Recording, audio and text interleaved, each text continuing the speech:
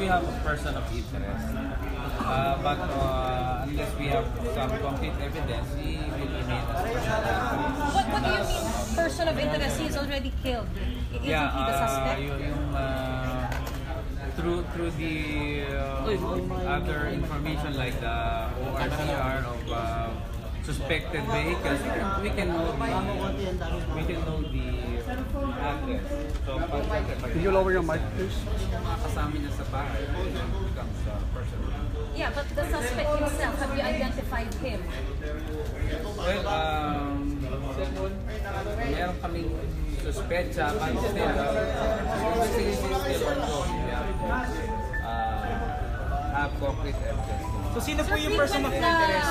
Guest daw po ito ng casino? Frequent guest ba ito ng casino? Based Well, on your investigation? I heard from the officials that this is the first time they saw the gunman, the suspect. So how do you know it's, What is the report? how do you know it's not a terrorist attack? How are you sure? How are you 100% sure it's not a terrorist attack? This is not a terrorist attack. How are you 100% sure? Okay, yeah. First of all, di ba, ang activity ng terrorist is either bombing or active shooter. So this person just enters the building and shoots in the air, hindi yung sa tao. Diba? So there's only one incident na nagpuputok siya because there was a fight between the security guards of the casino and the suspect. So doon nakuha sa CCTV, tinamaan siya and tinamaan din niya yung security guard. Saan siya tinamaan? Saan siya tinamaan? Tinamaan siya sa bandang hitay. And may mga statements yung ibang mga witnesses na yung nakita mismo yung suspect na they were not hurt by the suspect, pinaalis lang sila. So what is the motive? And yun nga, we were able to get the backpack of the suspect, and it contained a lot of casino chips amounting to, yun nga, sinabi kanina yung chip yun, 130 million. 130? 113.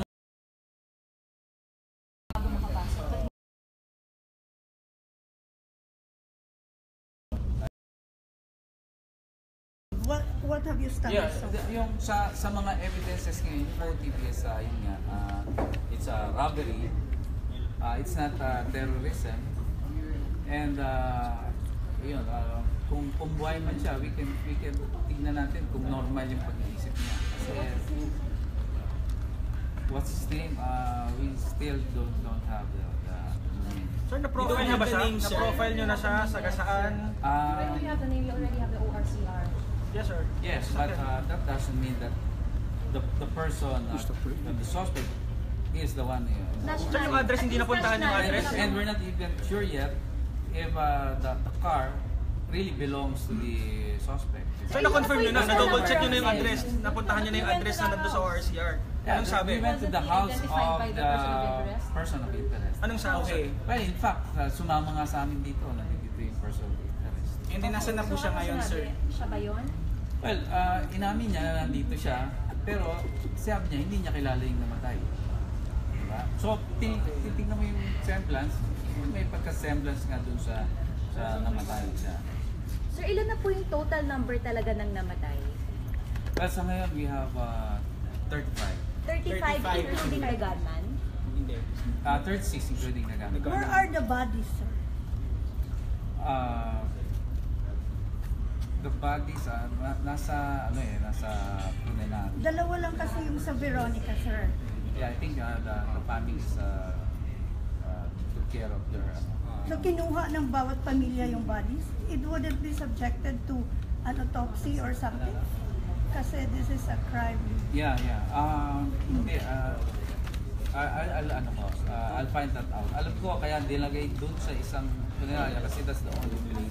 Saan funeral parlor yan, sir? If you can share it. Yung autopsy. Sir, Sa ngayon, I think wala na. But malaki yung lugar, di ba? So, tinitingnan nila. Sir, They're making sure na talagang wala na kasi. Ano pong gagawin natin, sir, dun sa person of interest? I-custody niyo po ba? Further questioning? Well, nandiyan muna siya. Titignan muna natin. Nandyan po, saan po yung dyan? It's under investigation. Tingnan namin ko talaga. Sir, so sir, doon sa ORCR, din nakuha niyo yung person of interest is the end of the line sa atin? Kasi sinasabi niyo, nakuha yung ORCR doon sa kotse. So end of the line doon sa pag-identify doon sa suspect, sa gunman? Is that what you're saying, sir? No. May mga actions pa naman kami kasi nandiyan pa yung car park eh. We are investigating yung mga naka-park dyan. So sir, ano nabubuo natin so far dun sa profile ng gunman, dun sa suspect? Ano yung affiliation niya? Yun sir, yung gusto sana po naming ma-establish dito. Well, Kasi parang ang sinasabi natin all along, he's just a crazy person na most of the people are not convinced. So how can you convince us na he's just a crazy person na nag-amok dito, sir? hindi. Iniimbestigahan pa namin. In fact, limit yung mga intelligence community to see if talagang may holdings or what. But, yun nga, based sa actions niya, makikita natin initially na hindi terrorism na related. Sir, you mentioned Intel. Nasa radar ba siya ng Intel? Well, what's that? Kasama ba siya sa Intel? Kumbaga sa Intel natin, isa ba siya sa mga tao na... So, inaalam pa namin. Why Sir, is it being claimed by ISIS? Well, ini-claim naman yata according to our... So he's not a member of, hindi siya, kumbaga, prelude to whatever other terror attacks or hindi siya yung padala ng grupo. The fact that they are saying that they are claiming this particular incident. No, we don't. Hindi siya miyembro ng grupo. Sir, the incident happened 1 a.m. Almost 12 hours more na. So ang meron pa lang tayo, sinunog niya yung sarili niya, then clueless tayo sa identity niya. So sir, ano po yung mga nag-gather na natin so far? Taga saan siya? Yung possible po, taga saan siya? Ano lang yung motive niya? We try to identify pa kung sino talaga yung identity niya kasi mahirap din kasi nasunog. May suspect na kayo? Then, sorry. Sir, may name na po ba kayo? Meron na kayong leads? Meron kaming mga yung person of interest. Pero Bukod sir, Persons of interest are you talking about, sir? isa pa na. Sir, yung sinasabi nyo nag-amok dahil natalo sa sugal, na-establish na ba natin yon? Kailan siya natalo? Kailan siya nagsugal? No, inaalam pa. Sir, yung natalo siya Hindi pa kaya siya rin nagnakaw? alam. Does he have a grudge to hold against the resorts were, the casino? Or sa mga taong nakalaban niya? Pinag-aaral, tinitignan din ang records ng casino kung frequent player siya. Pero initially I heard na hindi siya pinag- Sir, meron kayong identity na tinitignan, sir? May pangalan po kayo, sir, na tinitignan? Ba't robbery agad? Meron pa pala kayo? Oo nga, sir. Bakit robbery agad? Yeah, hindi. Wala nga kami tinitignan na angulo. Kasi nga, doon sa ginawa niya, makikita mo agad na rapid. Pero sir, so ruled out na terrorism, sir. You're ruling out... Sorry? Sorry, sir. You're ruling out terrorism?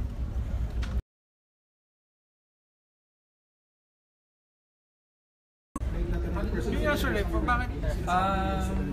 Tinignan namin yung CCTV, of course. Kaya pag-aralan namin niya. So he was inside the casino when Kasama that niya? happened? No. What I meant was, tinignan namin yung identity niya. Then, meron kaming suspetsa kung sino siya.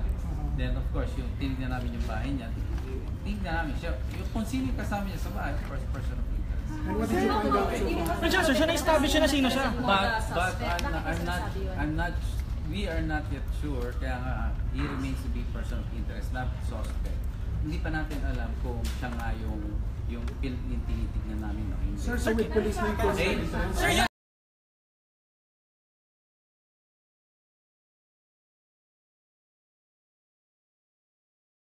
Iba, meron sa hallway, meron sa comfort room, meron sa corner. Cause of death at a glance. And that, Cause of death at a glance, sir. lahat ng May gunshot? namatay May tinamaan siya? because of suffocation. Sir, Walang- paano nyo na-establish yung person of interest? Suffocation? Hindi, yung person of interest. Paano nyo nahanap? okay, sir, yung attacker, sir, do you have a name that you're looking at for the attacker? No, Not a we're name? still trying to know his Di pa name. kailangan. Wala pa. Sir, na-confirm na ba na yung isang casualty ay asawa ng congressman? Congressman Gonzales ng Pampanga? that guy as person of interest if there's No, mali pala siguro.